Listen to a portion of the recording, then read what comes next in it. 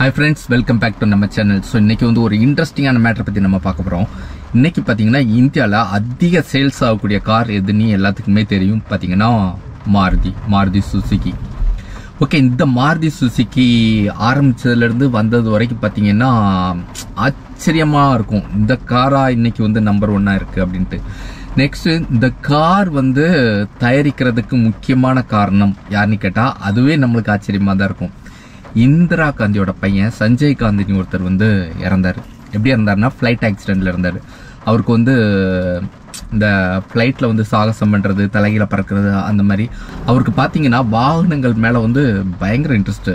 So கார்னாலும் சரி எதுனாலும் சரி பயங்கர இன்ட்ரெஸ்ட்டு. அதனால தான் அவர் என்ன பண்ணார், 1960 3 வருஷம் பிரிட்டனில் போய் ரோல்ஸ் ராய்ஸ் காரில் வந்து அவர் வேலை பார்த்துருக்காரு, ரோல்ஸ் ராய்ஸ் கார் கம்பெனியில்.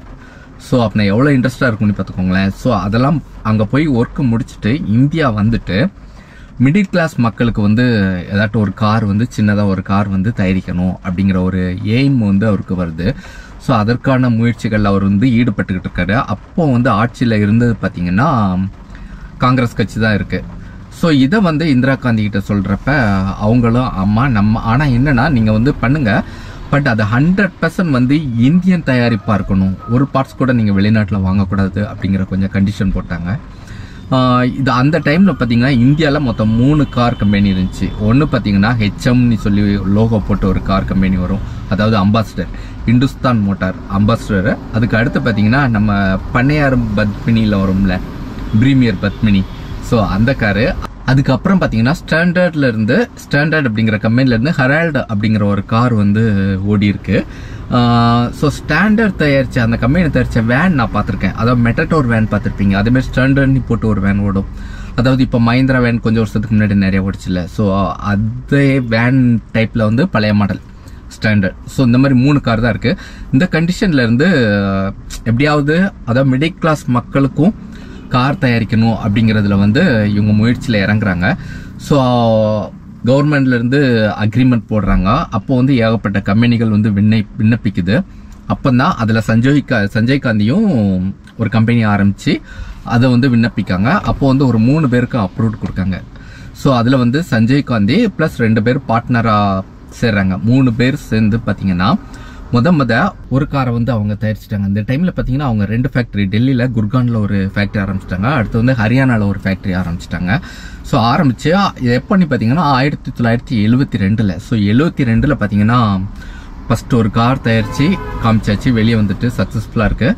பட் என்னென்னா ப்ரொடக்ஷனுக்கு மக்களுக்கு தேவைன்னா நிறைய கார் வந்து உற்பத்தி பண்ணணும். அப்படி நிறைய கார் உற்பத்தி பண்ணணும்னா அதனோட பாகங்கள் வந்து தயாரிக்கிற வந்து அவ்வளோ ஈஸியான காரியம் இல்லை. அதாவது ஃபுல் அண்ட் ஃபுல் இந்தியாவில் மேக் பண்ணுறது வந்து அவங்களுக்கு 90% சவாலாக இருந்துச்சு. ஆனால் கவர்மெண்டோட உத்தரவு, இந்திரா காந்தி தான் ஆட்சியில் இருக்காங்க, அவங்களோட உத்தரவு என்னென்னா 100% எல்லா ஸ்பாட்ஸுமே நீங்கள் வந்து இந்தியாவில் தயாரிச்சாகணும் அப்படின்ட்டு.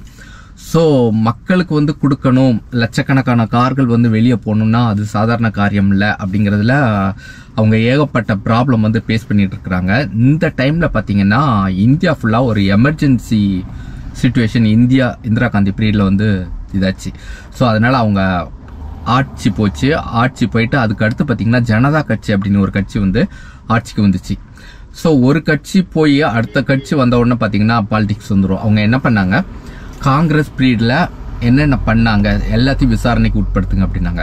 ஸோ இந்த டைமில் தான் பார்த்தீங்கன்னா சஞ்சய் காந்தி அவங்க பார்ட்னர்லாம் சேர்ந்து ஆரம்பித்த அந்த மாருதி சுசுகி கம்பெனியும் பார்த்தீங்கன்னா விசாரணைக்கு உள்ளே வருது. பட் அதில் வந்து எந்த ஃபால்ட்டும் இல்லைன்னு தெரியுது. ஆனாலும் அதில் வந்து கார் உற்பத்தி வந்து அவங்களால பண்ண முடியல. ஏன்னா ஸ்பேர் வந்து 100% எல்லாமே இந்தியாவில் தயாரித்து அவங்களுக்கு கொடுக்க முடியல. கிட்டத்தட்ட 2-3 வருஷம் ஆயிடுது.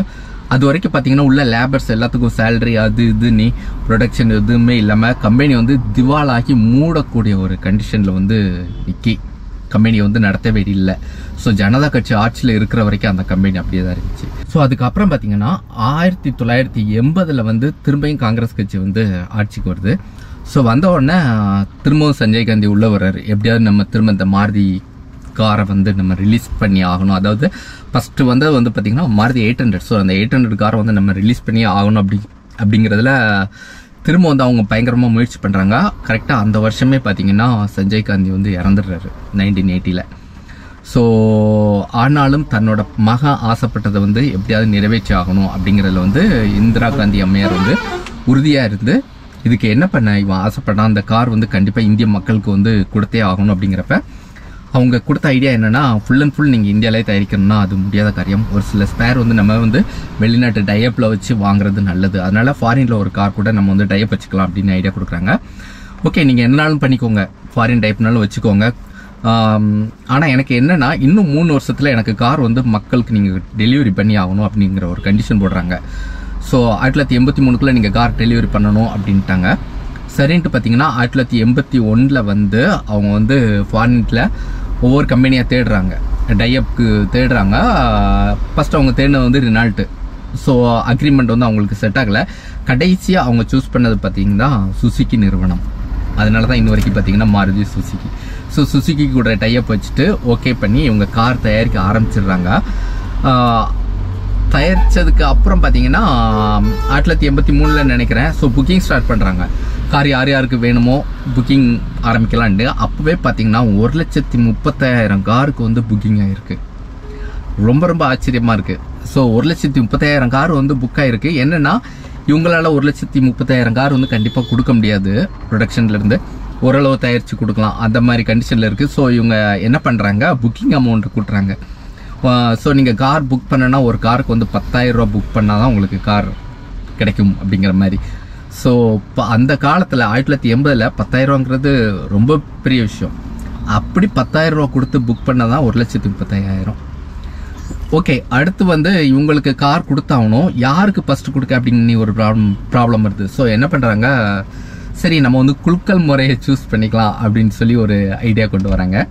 இப்போ ஒரு 50 கார் தயாரிச்சாங்கன்னா அந்த 1,30,000 பேரையும் குழுக்களில் போட்டு ஒரு 50 பேரை வந்து சூஸ் பண்ணி எடுப்பாங்க. யார் பேர்லாம் வருதோ அவங்களுக்கு வந்து கார் அப்படின்ட்டு. ஸோ அப்படி தான் 1983 இதே டிசம்பர் மாதத்தில் 14ஆம் தேதி வந்து முதன் முறையாக, அதாவது சஞ்சீவ் காந்தி பிறந்த நாள் அன்னைக்கு 10 பேருக்கு வந்து இந்தியாவில் வந்து மாருதி 800 வந்து கொடுத்தாங்க. அதில் முத வாங்கினது பார்த்தீங்கன்னா அதான் ஏர்லைன் டிபார்ட்மெண்ட்டில் ஒர்க் பண்ணுற ஒருத்தர் தான் ஃபஸ்ட்டு இந்திரா காந்தி வந்து சாவியை கொடுத்தாங்க. ஸோ அன்னைக்கு வந்து ஒரு 10 பேருக்கு டெலிவரி பண்ணாங்க. என்ன காரணம், மாருதி 800. அதுக்கு அப்புறம் வந்தது தாங்க இன்னைக்கு வந்து இந்தியாவிலே பார்த்தீங்கன்னா நம்பர் 1 கம்பெனியாக இருக்குது. இதுக்கு இடையில பார்த்தீங்கன்னா இன்னொரு முக்கியமான விஷயம், 1980 மாருதியை வந்து, அதாவது சஞ்சீவ் காந்தி இறந்ததுக்கு அப்புறம் வந்து மாருதியை வந்து கவர்மெண்ட் எடுத்துக்கிட்டு, ஆக்சுவலாக ஒரு கவர்மெண்ட் எடுத்த மாருதி உத்வேக் அப்படின்னு ஒரு கம்பெனி வந்து கவர்மெண்ட் எடுத்து அது வந்து ஒரு கவர்மெண்ட் ஆர்கனைசேஷனாக தான் அது வந்து ஸ்டார்ட் ஆச்சு. அதுக்கப்புறம் தான் ஃபுல் அண்ட் ஃபுல் பார்த்தீங்கன்னா ப்ரைவேட்ட போயிருக்கு. ஸோ இந்த மாதிரி ஏகப்பட்ட ப்ராப்ளம் தாண்டி இன்னைக்கு வந்து சாதிச்சிருக்கு மாருதி நிறுவனம். ஸோ இவ்வளோ பெரிய தடைகள், பிரச்சனைகள், இடையில கவர்மெண்ட் நிறுவனமாகி கவர்மெண்ட் எடுத்து நடத்தக்கூடிய சுச்சுவேஷனுக்கு வந்து அவ்வளோ பெரிய தடைகள் எல்லாம் தாண்டி தான் இன்னைக்கு மாருதி நிறுவனம் வந்து சக்ஸஸ் ஆகி இந்தியாவிலே நம்பர் 1 கார் கம்பெனியாக வந்து இன்னைக்கு உருவெடுத்திருக்கு. இதற்கு எல்லாம் காரணம் யாருன்னு பார்த்தோம்னா, இந்த வாகனங்கள் மேல் அதிக அன்பு, ஒரு வெறித்தனமான ஒரு காதல் கொண்ட சஞ்சீவ் காந்தி. ஸோ அவர் போட்ட விதை தான் இன்னைக்கு வந்து மாருதி நிறுவனம் வந்து இந்த அளவுக்கு சக்ஸஸ் ஆயிருக்கு அப்படின்னு சொல்லலாம். இன்னொன்று பார்த்தீங்கன்னா 2014 வரைக்கும் மாருதி 800 கார் வந்து அவங்க தயாரித்து 2014 வந்து ஸ்டாப் பண்ணாங்க. அது வரைக்கும் அவங்க தயாரித்த மொத்த கார் எண்ணிக்கை 800 மட்டும் எவ்வளோ தயாரித்து ரோட்டில் விட்டுருக்காங்கன்னு பார்த்தீங்கன்னா 28,77,000 கார். பாருங்களேன், கிட்டத்தட்ட 29 லட்சம் கார் வந்து நம்ம இந்திய ரோட்டில் வந்து மாருதி 800 மட்டும் ஓடி இருக்கு. அதுக்கு அப்புறம் தான் பார்த்தீங்கன்னா அவங்க சென் எஸ்டிலோ அந்த மாதிரி கொஞ்சம் கொஞ்சமாக வளர்ந்தாங்க. அப்புறம் சேடான் வந்தாங்க. இன்னைக்கு வந்து நம்பர் 1. ஸோ இன்னைக்கு பார்த்தீங்கன்னா, அதாவது டிசம்பர் 16 வந்து மாருதியோட பிறந்த நாள். ஸோ அதுக்காக வேண்டி தான் அந்த வீடியோ பண்ணியிருக்கேன். ஓகே ஃப்ரெண்ட்ஸ், மீண்டும் உங்களை அடுத்த நல்ல ஒரு வீடியோவில் மீட் பண்ணுறேன். அது வரைக்கும் ஸ்டே பிளஸ்ட்.